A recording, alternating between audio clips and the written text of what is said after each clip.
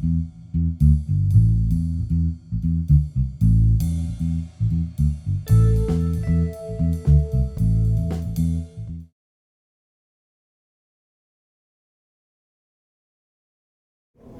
noite a todo mundo. Obrigado pela presença. O que eu vou fazer aqui, na verdade, como o pessoal da ECA tinha me proposto essa participação, e como tema do corpo, eu pensei em trazer para a gente algumas pistas de reflexão com relação ao ator de cinema. É por isso que eu chamei de corpo citação, porque eu vou partir de uma figura, de uma forma fílmica específica do Mônica e o Desejo, para a gente investigar alguns usos e reapropriações dessa forma fílmica que está no Mônica e o Desejo por alguns outros diretores. E daí a gente vai expandir um pouco essa questão dessa forma fílmica para a representação do corpo do ator como citação. Obviamente, do personagem, mas eu gostaria que a gente tentasse pensar um pouco esse corpo de uma maneira um pouco mais macro, e não só com relação ao personagem especificamente, mas com relação ao ator, né, essa entidade física do qual o cinema não pode se passar em muitos momentos. Uma entidade física que personifica esse personagem e que traz ali, que entra no filme, obviamente, carregando toda uma gama muito grande de sentimentos, né, de uma bagagem histórica, claro, porque nenhum ator nasceu ontem, e de toda uma gama de relações que esse ator estabelece com outros diretores e com a história do cinema. Então, eu vou tentar falar um pouco sobre isso. Eu dividi a minha apresentação em duas frentes. Uma primeira que eu chamei de citação estética e a segunda de uma citação histórico-geográfica. Nesse primeiro momento, a gente vai falar bastante sobre alguns filmes que têm relação direta com Mônica, que são Os Incompreendidos, do François Truffaut, e Acossado, do Godard. E no segundo momento, eu quero falar sobre um filme especificamente, um filme canadense chamado Canada, de um diretor chamado Anthony Graham, para a gente tentar ver um pouco em que ponto o ator pode ser esse veículo, né, de informações históricas e geográficas, que eu estou chamando aqui de citação histórico-geográfica.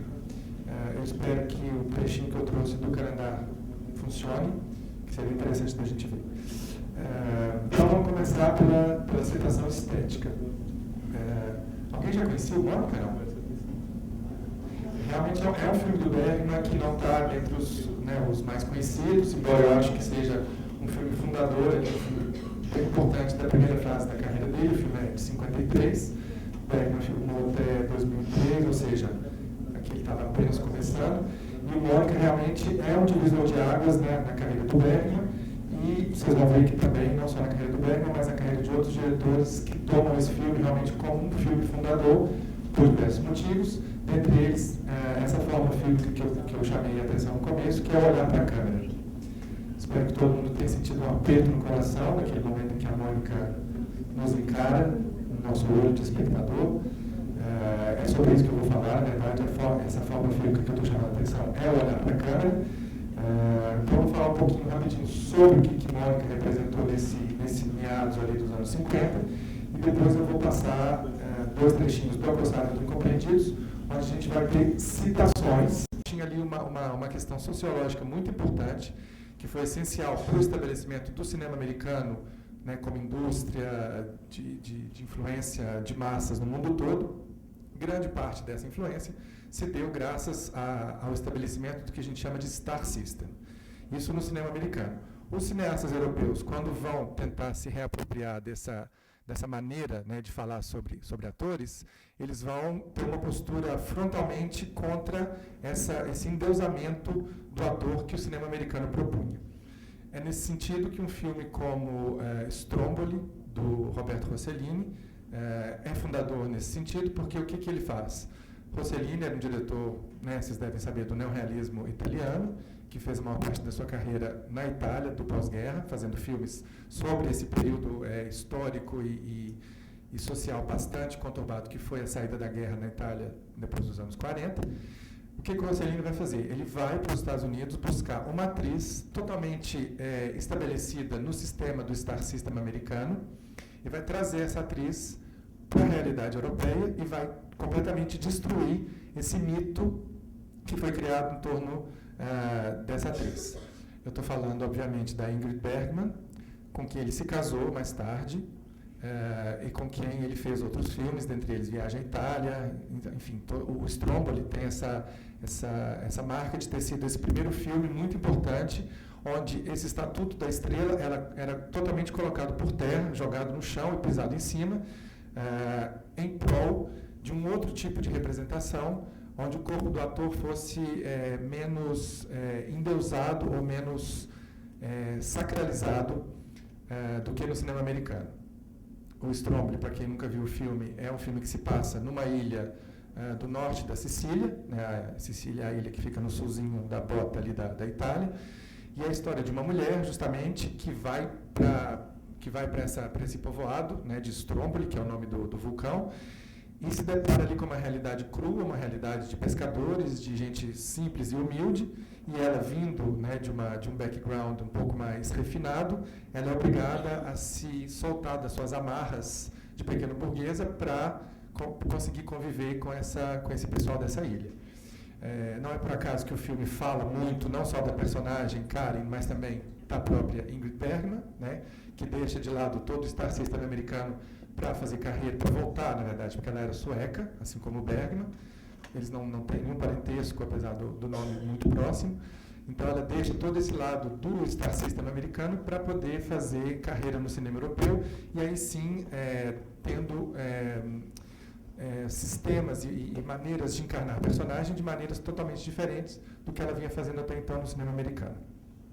Então, o Stromboli é um filme fundador com relação à maneira de se encarar o trabalho do ator, e logo depois, em 53, a gente tem aqui o Mônica. O Mônica, ao contrário do Stromboli, não tem nenhuma uma grande estrela de cinema, né? Nenhum desses atores aí eram grandes estrelas, eles vieram a ser depois, no caso, sobretudo, da Harriet Andersson, que faz o personagem principal. Mas o que chamou a atenção e o que foi importante com relação ao Mônica foi a maneira com que o Bergman assumiu, nesse filme, estar filmando o seu próprio objeto de desejo. Era mais ou menos o que já havia sido colocado ali numas primeiras linhas com relação ao Stromboli, porque, afinal de contas, Rossellini estava filmando a mulher com quem ele vivia e com quem, né, que ele desejava, que era a sua mulher Ingrid Bergman. Só que é realmente no Mônica onde esse desejo vai vir a ser mais latente e onde esse desejo vai moldar a forma fílmica, sobretudo na parte da ilha.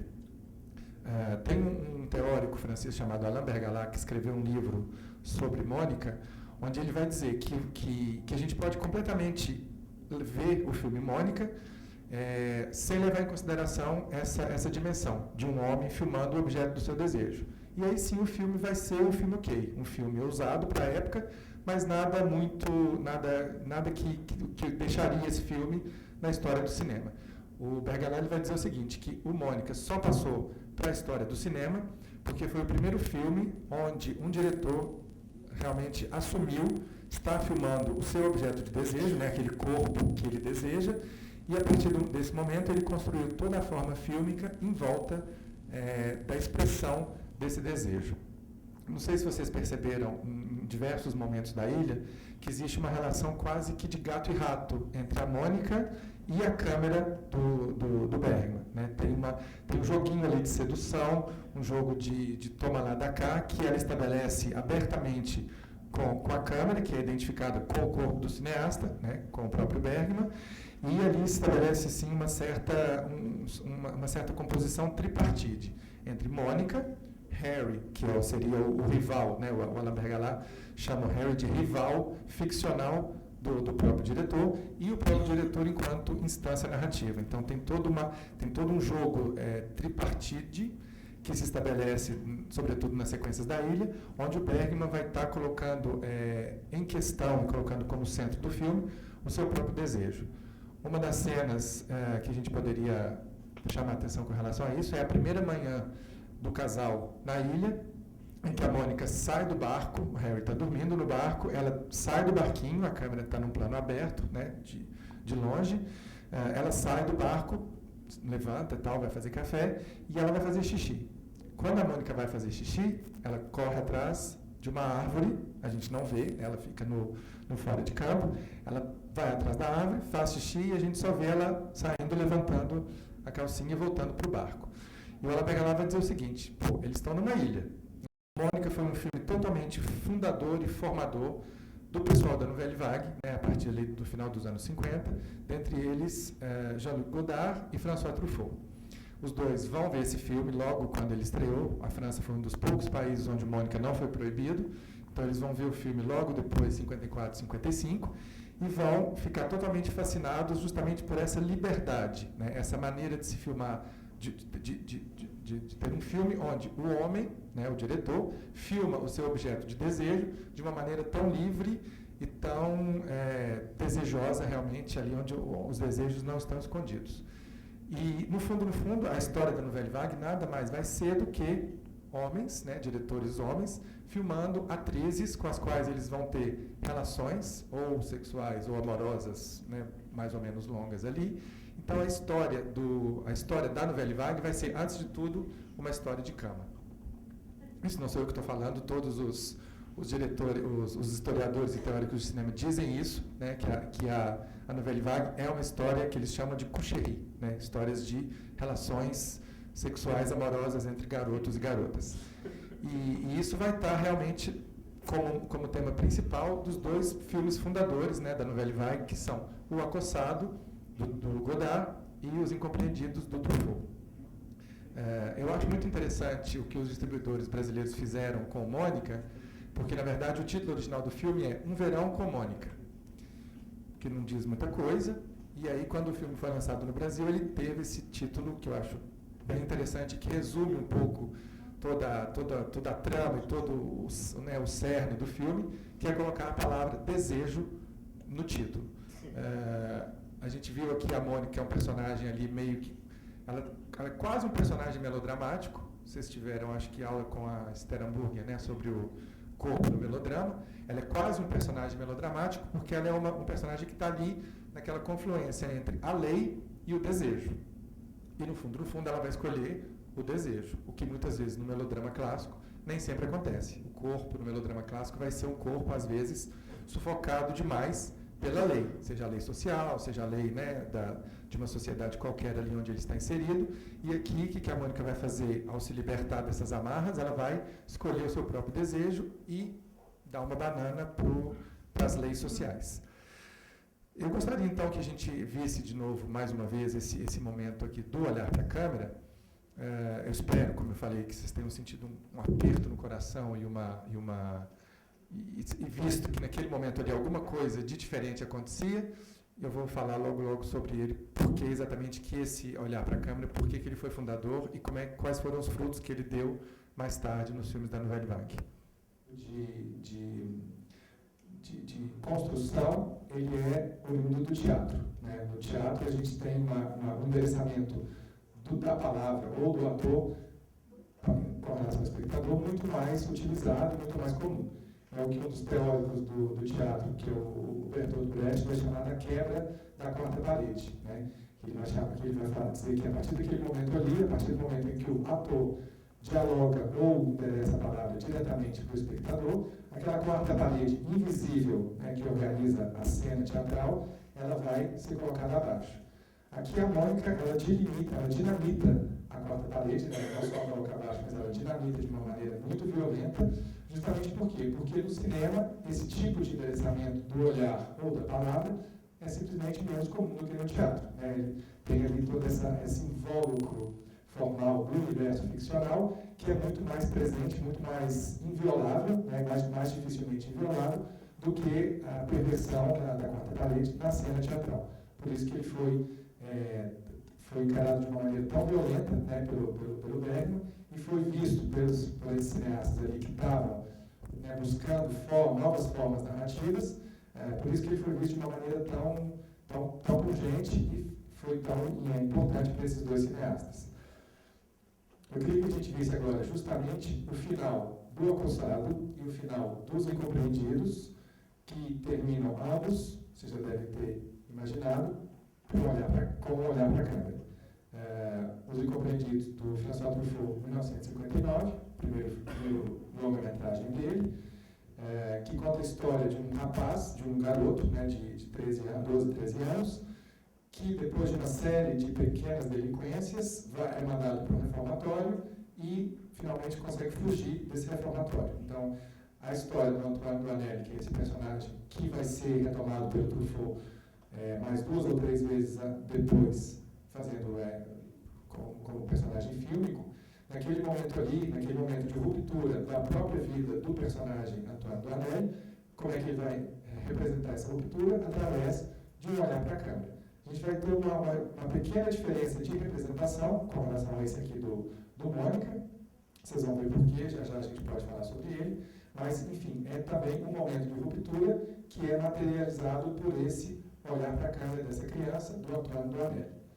E no segundo momento a gente vai ver o final do Acossado, que aí sim, né, como o Godard sempre gostou de fazer, é uma coisa uma ruptura muito mais violenta, muito mais drástica, muito mais brusca, vocês vão ver por quê, que evoca absolutamente, diretamente, o olhar para a câmera de Mônica, porque ele é feito primeiro por uma mulher de uns 20 e poucos anos também. Dentro do contexto da história, essa personagem feminina, que é vivida pela Jean Seberg, ela, no final do filme, ela acaba de entregar o seu namorado, que é o Jean-Paul Belmondo, para a polícia. Então, ela fez uma sacanagem, digamos assim, com ele, né, porque eles são namorados durante o filme todo, e ele é um delinquente, um ladrão de carros, etc. E no final, depois do momento que ela entrega o personagem para a polícia e que ele é morto, ela nos devolve um olhar para a câmera. E aí assim a gente vai ter muito mais proximidades com o olhar para a câmera do Bergman, né, com a relação do dar a cara a tapa, e a gente vai ver o que ela faz no final. Então, pode passar, Pedro, por favor. Primeiro Os Incompreendidos, 59, e depois O Acossado, 60.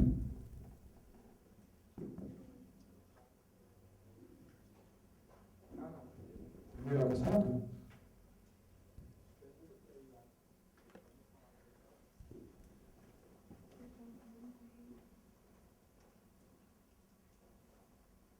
Pode ser primeiro Acossado, não tem problema não. Ou pode ser Os Incompreendidos. Os Incompreendidos... Só porque está no ponto, senão...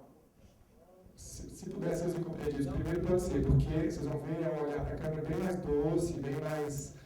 quase naturalista, né? Vamos botar essa palavra entre aspas, e o olhar para a câmera do Acossado é bem mais frontal e mais agressivo.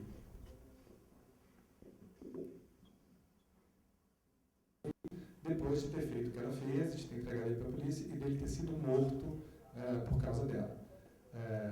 E por que eu chamei esse olhar para a câmera do Acossado de mais violento? Porque, ao mesmo tempo que ela dá a cara a tapa, assim como a Mônica também havia dado, ela simplesmente vira o rosto e não quer mais, né, ela dá a cara a tapa e não dá ao mesmo tempo. Ela assume o que ela fez e no fundo ela fala, não estou me lixando, não estou nem aí. Eu matei, né, eu entreguei ele para a polícia, ele morreu, mas também eu não estou nem aí. Então ela vira o rosto como se ela realmente estivesse não se importando tanto com as consequências do ato que ela fez.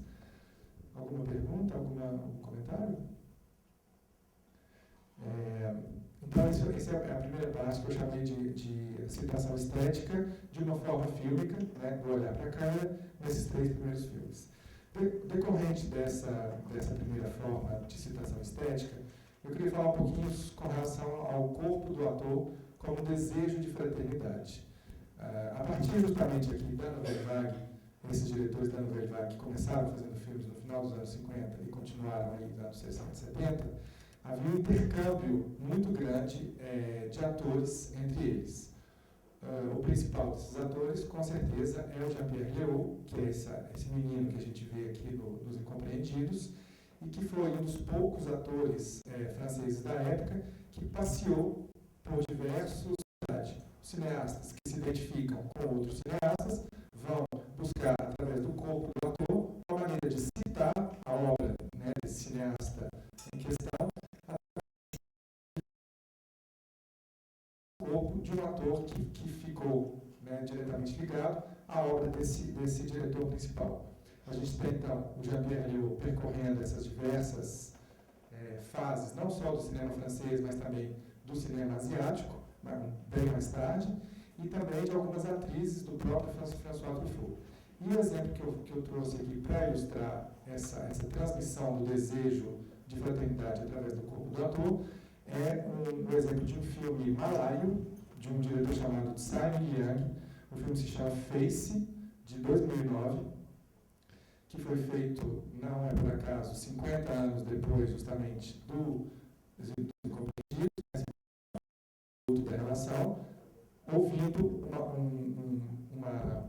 uma língua estrangeira que ele não conhece, mas que ele identifica como uma língua estrangeira dos países onde teve a diáspora armênia. Vocês sabem que os armênios foram um povo que sofreram genocídio no início do século, e aí sim eles se espalharam pelo mundo, né, entre diversos países ali do leste europeu, norte da África e também para o Canadá. Então esse homem ele vai sistematicamente chamar mulheres de países onde, né, que receberam integrantes da diáspora armênia, para poder, através dessa rememoração oral, começar ou tentar fazer o luto daquela relação que já não existe mais.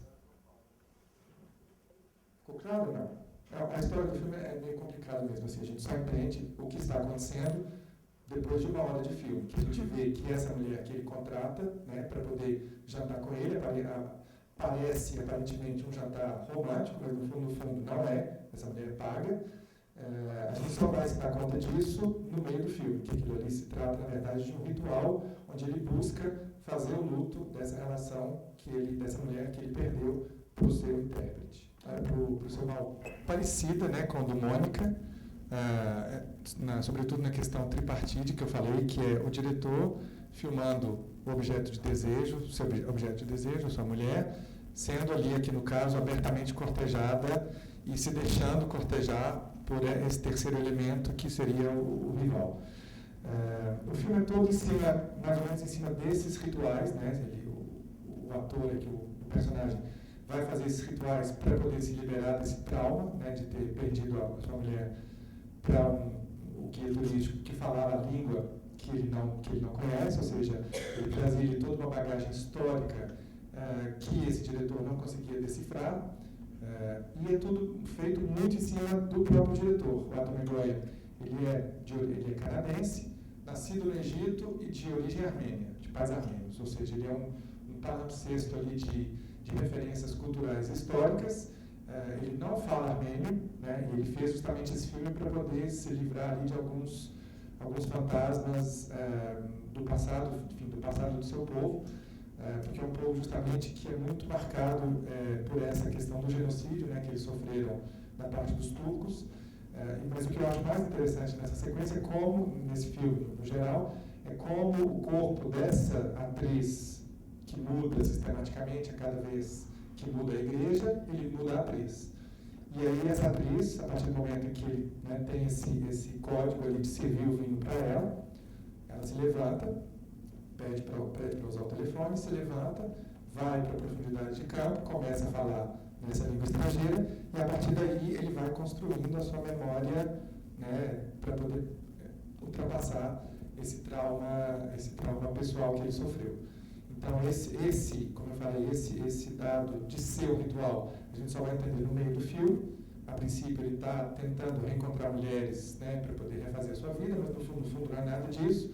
E aí a gente percebe que essa questão do servir o vinho, na verdade, é uma deixa para ela ir para o fundo da casa, falar nessa língua estrangeira, que ele não conhece, mas que ele identifica como uma língua ali dos países onde o povo armênio foi exilado, e a partir daí construir a sua rememoração, né, em cima desse não conhecimento dessa língua. É isso. Se alguém quiser fazer algum comentário, fazer alguma pergunta, alguma coisa que não tenha entendido dos filmes, é um diretor que eu acho bem interessante. Não sei se vocês conhecem esse Atom McGuire. Ele está aqui em São Paulo atualmente, inclusive, com a sua mulher. Ela é atriz, ela continua fazendo filmes também, não só com ele. Ela está com o filme na mostra. E eles vão dar uma masterclass amanhã na FAAP. Então, se alguém tiver interesse de conhecer, ele vai estar falando sobre os filmes dele amanhã na FAAP durante o dia todo. Alguma questão, alguma dúvida, perguntas? Como se chama o último filme? Calendar. Como? Calendário. Calendário. Calendar.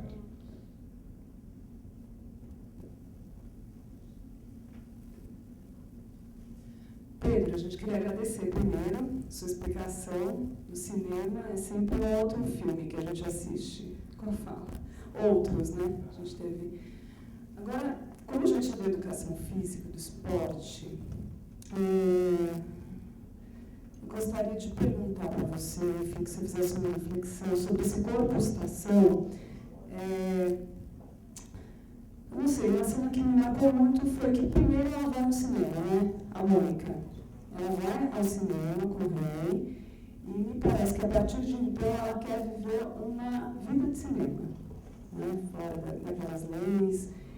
E o Harry também, uma vida de cinema. Só que a vida de cinema dele é mais enquadrada, enfim, dentro daquele arquétipo do homem correto e ela de libertação total, né? Até que ponto você acha que esse corpo que vem do cinema para a Mônica, para o Harry não, que ele ficou totalmente entediado ali, mas que vai para a Mônica, que ela leva para a vida real dela dentro do cinema. Até que ponto ela vem, então, para a gente que trabalha com o corpo, enfim, que reproduz essas imagens, né? Tem alguma coisa? O cinema, né, como a arte, justamente, que tem essa necessidade do próprio corpo do ator para poder, sobre a qual ele estabelece a sua representação, claro, uma arte feita em cima de afetos, né? Sejam eles bons ou maus, mas enfim, esse fato de colocar um corpo humano na frente de uma câmera e a partir dali construir a sua forma narrativa, enfim, estética, é justamente o que simbolariza o cinema com relação a todas as outras artes, né? Enfim, na pintura a gente tem ali uma relação do modelo com o pintor, que pode acontecer, já aconteceu muito na história das artes plásticas, mas a relação ela não vai estar impressa ali na película como a relação do Bergman vai estar impressa com a Henrietta Anderson, como a relação da Tom Goya com a Sidney Cadian está impressa ali. Ela vai estar de uma outra maneira presente, mas enfim, aqui ela está de uma maneira muito mais pulsante, muito mais viva, né? Então eu acho que esse fato do cinema não poder se passar desse corpo presente na frente da câmera é o que singulariza a arte e é o que vai fazer realmente toda a diferença com relação a outras artes, talvez nem tanto quanto a fotografia, mas a questão do movimento também e da duração já impõe outros centros de reflexão, obviamente. Mas eu acho que é por aí. Eu acho que o cinema carrega os afetos, sempre carregou, desde o primeiro plano, quando você deve saber que na história do cinema, o primeiro plano que foi veiculado numa sala de cinema era um filme dos irmãos Lumière, um filme plano fixo, em que o trem vinha lá do fundo, né, na diagonal, e atravessava, parava na frente da câmera e as pessoas desembarcavam ali. Era simplesmente um filme de 1 minutinho, plano fixo, com essa imagem. Um trem que vinha da profundidade de campo e parava no começo. E o que aconteceu? Isso passou para os anais da história do cinema. Nesse primeiro momento, nessa primeira projeção pública, em 1895, em Paris, as pessoas, quando viram o trem correndo, saíram da sala, loucas, correndo, achando que o trem fosse sair da tela e passar por cima deles. É anedótico hoje em dia?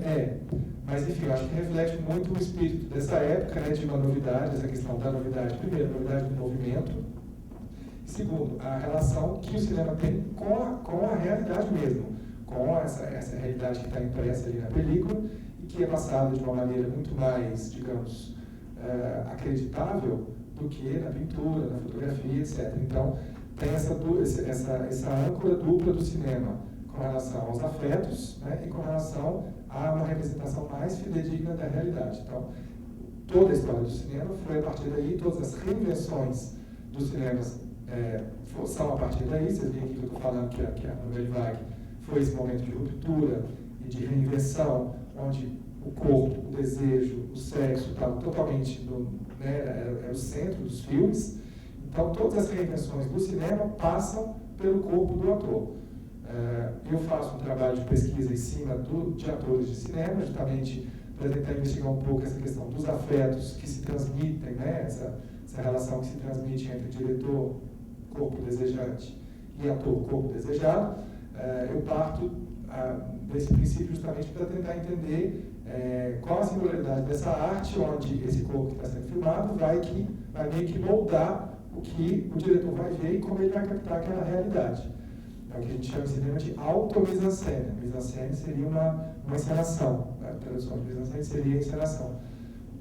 O personagem que está sendo filmado, ele passa a ter uma auto-encenação. A partir do momento que ele sabe que ele está sendo filmado, a atitude muda. A gente mesmo, enquanto pessoas possivelmente filmadas, a gente sabe muito bem disso. A partir do momento que liga uma câmera na nossa frente, ou a gente fica tímido, ou a gente, de todo caso, a gente vê outra pessoa. A gente não é mais a mesma pessoa que a gente seria sem estar com a câmera ligada. Então, eu acho que a história do cinema, nos diversos momentos, nas diversas rupturas, não vou dizer em todos, mas assim, os principais, eu acho que a questão dos afetos ligados ao corpo do ator estão no centro da questão, com certeza. Mais alguma pergunta?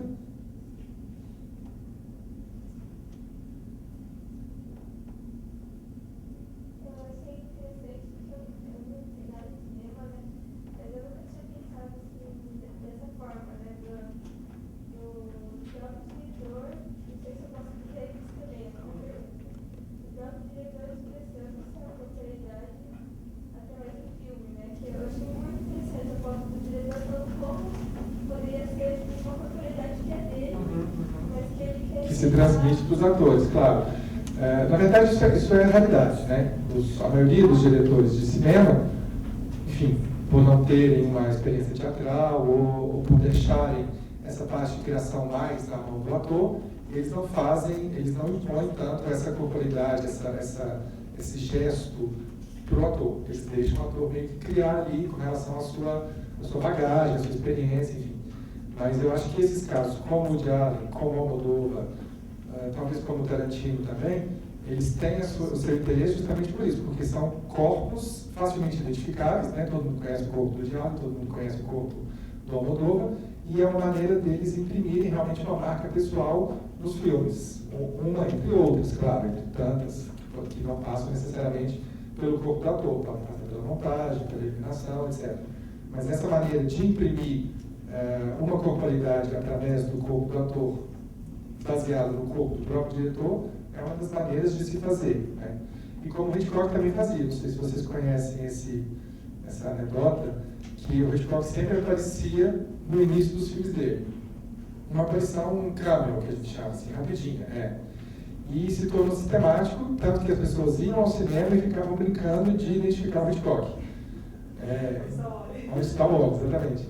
Então tem claro, o Hitchcock se tornou uma coisa até anedótica, mas a personificação do diretor no próprio filme, ela pode se dar de diversas maneiras, dentre elas através do seu próprio corpo, né? A gente vai entrar na questão do estilo, né? Um plano, por exemplo, sei lá, do Godard, é facilmente reconhecível mesmo o Godard não estando na frente da câmera, né? A transmissão do estilo pode passar ou não pelo corpo do ator. Eu peguei esses casos aqui que passam pelo corpo do ator, porque, enfim, a gente está falando de corpo, mas o estilo desse criador, né, desse artista criador, ele pode passar para o filme, não necessariamente através da corporeidade.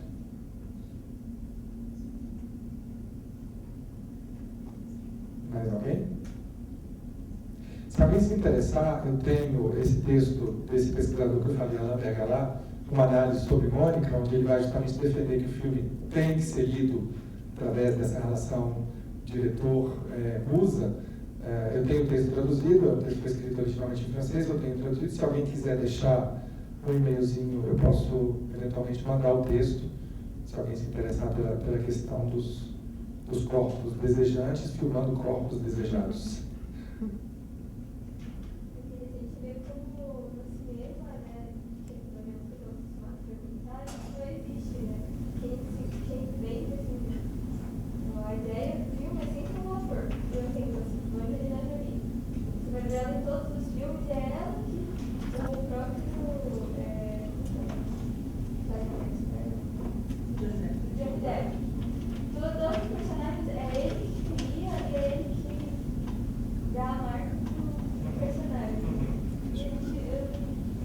Aí a gente está dentro de um sistema bem específico, que é o Star System, né? Como eu falei no começo, onde alguns atores mais geniais, outros menos, eu não colocaria a Angelina Jolie no mesmo nível do Johnny Depp, mas, enfim, são dois atores que têm o Johnny Depp, sobretudo, tem essa autoria na criação, né? Ele tem uma sistematização e uma forma, ou várias formas, que ele vai repetir de um personagem para o outro, e ali ele vai ser sempre o Johnny Depp interpretando um outro, né, um personagem X ou Y.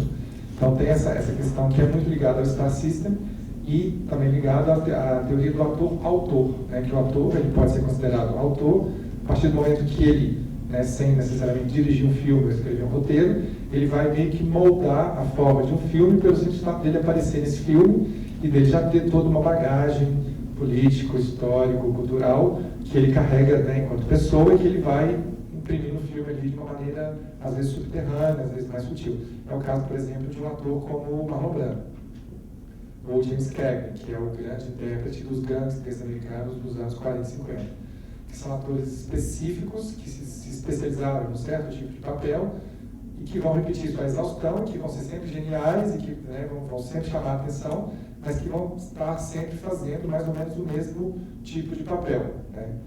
No caso do cinema brasileiro, é mais raro, mas, enfim, eu identificaria talvez um ator como o Matheus Nastergalli como um ator-autor, que é esse cara que também repete sempre as mesmas formas, o mesmo gesto, seja quando ele interpreta um travesti, seja quando ele interpreta um líder religioso ou um jeca, né, um personagem da roça, ele vai ter sempre uma sistematização na interpretação que vai perpassar de um papel para o outro, dependente do diretor, dependente do perfil do papel.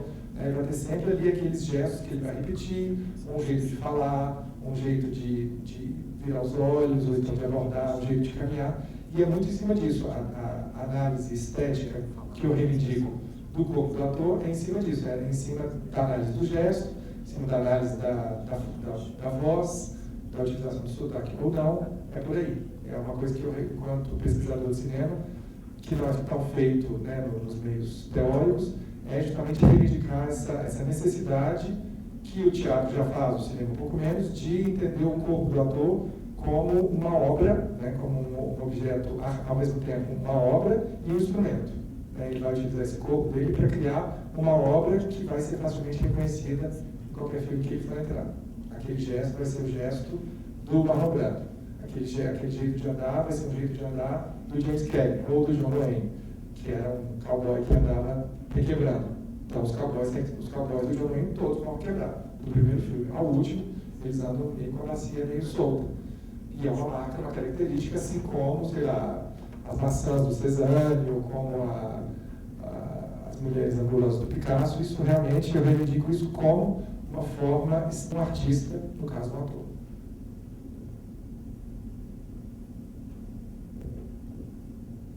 Se não tiver mais perguntas, a gente encerra. E podem, se alguém se interessar pelo texto, pode deixar o e-mail aqui que eu mando, com certeza. Obrigado pela presença.